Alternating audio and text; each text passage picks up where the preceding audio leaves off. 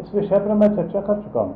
मेरी मान्यता ये थी कि इस समय मंत्री परिषद का विस्तार नहीं होना चाहिए, इसलिए मेरा उसे मंत्री बनने का सवाल ही नहीं पैदा होता था। यदि हम मंत्री बन जाते तो इस 1-1.5 महीने के अंदर कौन सा विकास कर देते, कौन सा योगदान सरकार को दे देते, ये कहीं से कुछ संभव नहीं था।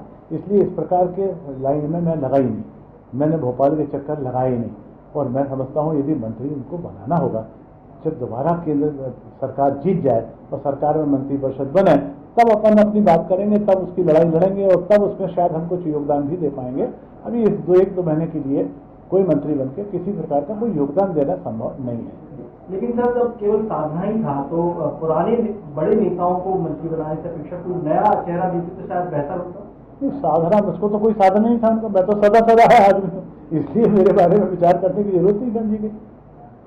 बाकी दूसरे विधायकों की पूरे महापौर क्षेत्र पता नहीं, बाकी हर एक विचार के अलग अलग है।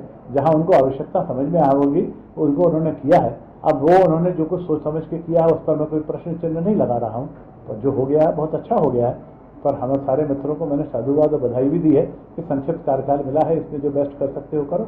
यदि मेरे को बनाते तो मैं तो निश्चित रूप से कुछ नहीं कर पाता, इसलिए मेरे को कोई अफसोस नहीं है नहीं बनने का।